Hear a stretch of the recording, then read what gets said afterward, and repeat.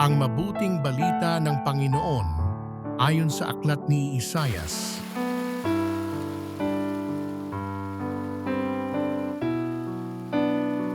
Sa mga nakaraang araw, inilagay niya sa kahihiyan ang lupain ng Zabulon at ang lupain ng Neftali. Ngunit sa panahong darating, dadakilain niya ang lupaing ito mula sa dagat Mediteraneo hanggang sa ibayo ng Jordan, ang Galilea ng mga hentil. Nakatanaw ng isang malaking liwanag ang bayang malaon ng nasa kadiliman, na manaag na ang liwanag sa mga taong namumuhay sa lupaing balot ng dilim.